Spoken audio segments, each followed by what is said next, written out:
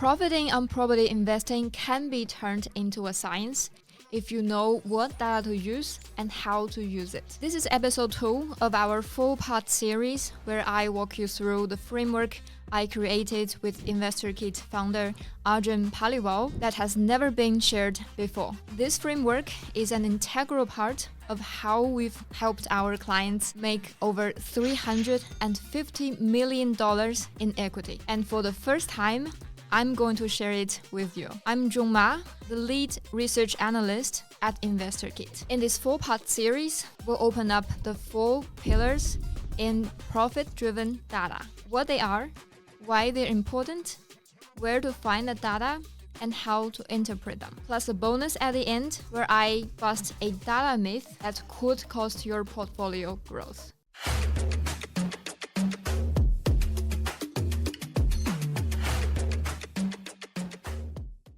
We've covered population and demographics in episode 1. Click here if you missed it. And now let's talk about the second pillar of the 4 pillars of profit-driven data, which is construction activities. When we talk about construction activities, we think about new buildings, new rail lines, new highways, hospitals, upgrades in uni campus, and so on. That is a good start. In fact, we categorize construction activities into 2 types: housing construction and infrastructure projects. Housing construction includes new houses, land development, new apartment buildings, and new townhouses, whichever will add housing supply. And in infrastructure projects, we'll be looking at hospitals, new railways, new highways, uni campus upgrades, new office buildings, metro stations, and so on. And that is what we're looking at when we talk about construction activities. And now let's move into why they are important. And here we try to understand it in 2 ways.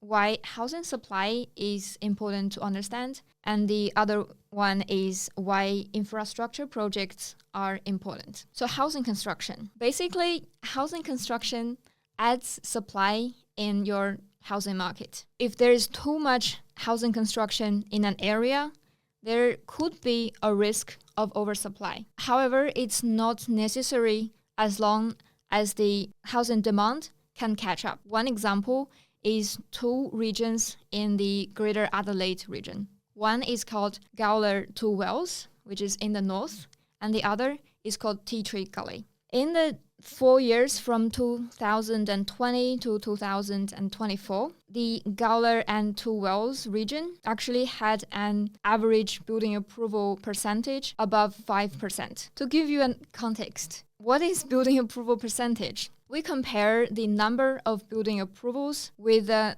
total house stock in a certain area by dividing the number of house building approvals by the total number of houses in the region. We get the building approval percentage number. So a balanced level should be around 2 to 3%. Anything below 2% would be a low level of a new house supply or new incoming supply. And anything above 3 would be considered a relatively high level. And in 2020 to 2024, the building approval percentage in Gawler Two Wells was averaged at 5%. That was a bit high. Well, at the same time, in the region of Tea Tree Gully, the building approval percentage was actually well under 2%. It was averaged 1 point something. If we think housing high building approval numbers would increase supply, create oversupply risks, and damage the house price growth in that area, well, it didn't happen to Gawler Two Wells. Over the 4 years, the median house price in that region increased by 57%, and at the same period of time, the median house price in Tea Tree Gully actually increased by 58%. So that is very similar growth rates. And that tells you that if housing demand is as high as Greater Adelaide since COVID time, it's not a problem if we have a high level of incoming supply. So that is why understanding housing construction is important for understanding the housing market. And the next why is about infrastructure construction. Why is infrastructure projects important? Because it adds housing demand by one, creating job opportunities and attracts more people to move in your region, and two, by boosting the local economy and naturally increase income level and housing demand. One example is regional Queensland. The Queensland government is doing their best to boost the regional Queensland economy. What they're doing is to put a lot of funding in the infrastructure projects in their regional areas. From 2016 on, the government is planning to put in $1.1 billion in the infrastructure projects construction in the regional area. And by the end of 2004, this project should have already created 26,000 jobs for regional Queensland. And at the same time, as we have all seen, the regional Queensland housing market has become one of the hottest and best performing housing markets across Australia. So now we have understood why housing construction and infrastructure projects are important to understand to really understand the housing market of Australia. Now let's move on to where we can find the data. I will introduce to you the free data sources first. The first one, as usual, we look at ABS. From ABS, we can get the building approval numbers as well as the total house numbers in any region. For number of building approvals, we go to this platform called ABS Data Explorer. Simply Google Data Explorer, ABS, and this will come up. We click into this page. We click into Access Data Explorer. We will enter this homepage of that platform. In this search bar, we put in building approval, and it'll give you all the data sheets it has related to building approvals. The first one is building approval numbers by SA2 and above. SA2 means statistical area level 2. And it's historic data from 2016 to 2021. If you would like the most up-to-date data, we would be looking at the second, from July 2021 onwards. In the individual page, you'll find the actual numbers of each region on the right-hand side. This is quite long. And on the left-hand side, you find all these filters to help you customize your search. For example, you can search by type of work. Instead of total work, we can just use type of work. We can just search new works. It is great now because I believe we need to release some of the used filters to activate it. And we can filter by region. Now it's on state level. And instead, if it's too broad for you, you can go to region type and select any type you're interested in. Also, we can search by type of building, for example, houses or semi-detached or apartments or even non-residential buildings, for example, offices, commercial buildings, warehouses, and so on. And once you are happy with all the filters, simply go to download, and you can download it as either Excel sheet or CSV. Now, that was the number of building approvals. Now let's have a look at number of houses. For number of houses, the easiest way is to go to the census page. If you're looking at a certain region's number of houses or number of any dwelling type, I'll show you how to find it. First, again, we Google census data. And this time, we will try to access it from the top layer. From the census tab on the ABS website, we go into Find Census Data. And then there is a tab called Search Census Data. We click into it. And now you're on this main web page for census data.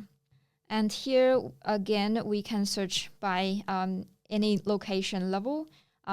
Today, I'm going to try search Greater Adelaide. So here's Greater Adelaide, and we click into all persons. Cool. That is all you need to know about Adelaide, from population to dwellings to housing types and so on. For number of houses, we scroll down to almost the bottom, and there should be a section called dwelling. Cool, dwellings. In dwelling structure, you'll find the actual number of separate houses, semi-detached or townhouses or apartments, and their proportion in the total housing stock. So now we've known how to find the number of building approvals and number of houses or any type of dwellings. Now it's time to find the infrastructure projects. For infrastructure projects, a good place to go is called Infrastructure Partnerships Australia. How to find it? We can start with Google. Now I'm on Google and I want to type in the name of it, which is Infrastructure Partnerships. Okay, it's suggesting it. So I'll click into it. First website. So that is the homepage of this website. On this page, we scroll down and find the View Projects button. And here you go. These are all the projects across Australia and New Zealand by location, and you can view them either on a map or find any major project by searching their names. Or you can just filter by project types or sector, by status, by location, and so on. For example, I want to check, say, road projects of any status in Victoria. Okay, that gives you 18 results listed here. You can click into each of them, and that gives you a brief introduction of this project, key dates, history, and so on about this project. Otherwise, you can just view them on a map to get a bigger picture of what's happening in different locations in Victoria. Cool. Other than project list, this website also offers very nice charts. Cool. So you can, browsing the value of projects or number of projects by status or by location in these charts. You can also check the pipeline by either labor demand or by expenses. Let's check the labor demand because that is more related to our housing demand. Different colors represent different states, and you can use all these filters on the left-hand side to customize your search and find the trend line you want to see the most. So that is how you check infrastructure projects. We've introduced the free data source. Now that I'm going to show you one extra data source, but is paid, and it is called Cordell Connect. Again, we're going to start with Googling. It is spelled like Cordell Connect. First result. It is powered by CoreLogic. The introduction is available on CoreLogic's website. This is the intro page of Cordell Connect. Basically, it has almost all the infrastructure as well as residential projects listed on this website from an early planning phase to recently completed. Quite powerful. If you want to buy the info of any certain region or even nationwide, you can either check the pricing sheet here or just contact their sales team to customize your subscription, like InvestorKit is doing now. Free sources are really great, but if you want more details on more detailed levels, the paid stuff is even better. So now we've got where to find all the data about building approval numbers, number of house stock, and infrastructure projects. Now we'll be looking at how to use those numbers to analyze the construction activities in each region. We've covered the building approval percentage in early sections. That is how we analyze the housing construction activities for each area, either on a SA3 level or on a suburb level. In a previous section, I have covered how to use building approval percentage to analyze the housing construction activities in a certain region. Now we're going to look at how to analyze the infrastructure projects or infrastructure construction activities for a certain region. If you think about Sydney, the size of the two cities are just too different. So it's unfair if we compare the total value of infrastructure projects in Sydney, which could be billions and billions of dollars, and the infrastructure projects happening in Townsville, which could be just millions. So what we want to do is to try to see it in a relative way. And that's how or why we have developed the infrastructure project value per capita to measure this. What we do is to get the total infrastructure project value in a region and divide that by the total population. And with infrastructure value per capita, it's easier for us to understand how much infrastructure projects are impacting the local economy and the housing demand. I'll give you some numbers. For Sydney, the infrastructure value per capita is 53,000 per person. That looks good. But if we calculate that number for some regional Queensland cities, for example, Rockhampton or Townsville, it might seem not that big. For Rockhampton, the value per capita is actually 75,000 per person. For Townsville, it is actually 95,000 per person. They are much bigger than the Sydney per capita value. Seeing those numbers is when you can tell that infrastructure projects are really improving the local economies in the regional Queensland cities. So now that we know how to analyze the infrastructure projects data, let's move on to our myth busting. And today's myth we're going to bust is if infrastructure value per capita is the most important thing to look at in housing demand analysis. The answer is not necessarily. An example is in many regional areas, you see huge wind farms or solar farms being developed, especially those offshore wind farms. They could be worth billions of dollars. And during the construction phase, they may need hundreds or thousands of workers to build them. However, the boost in the housing demand for that region is just temporary. In the long term, after the completion of these projects, when it's in operation, they don't really need that many workers to maintain these farms. And so in the long term, these projects, although they are really high in value, they don't really add too much housing demand to the local areas in the long term. And the projects we really want to see are transport projects, medical projects, or educational projects, which can either improve the connectivity of a region or the livability of a region, or significantly improve the number of job opportunities of a region. So in summary, if we only look at the infrastructure value per capita, that's not enough. We also want to understand the type of the infrastructure projects. So to summarize, we've looked at what construction activities we're looking at. That includes housing constructions and infrastructure project construction, and why they're important.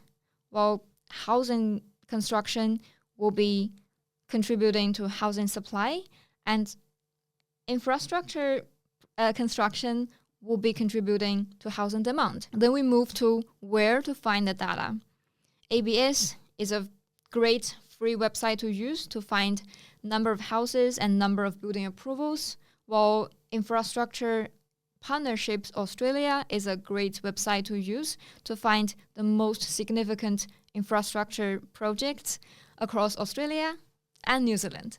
While these free data sources are great to use, if you want to go to the pro level, Cordell Connect is a paid data source that you can use. And then we introduced how to analyze the construction activities, especially on the infrastructure projects. And then in the end, we busted the myth if infrastructure value per person is the most important thing we should be examining when we look at construction activities. I'm Junge Ma, the lead research analyst at InvestorKit.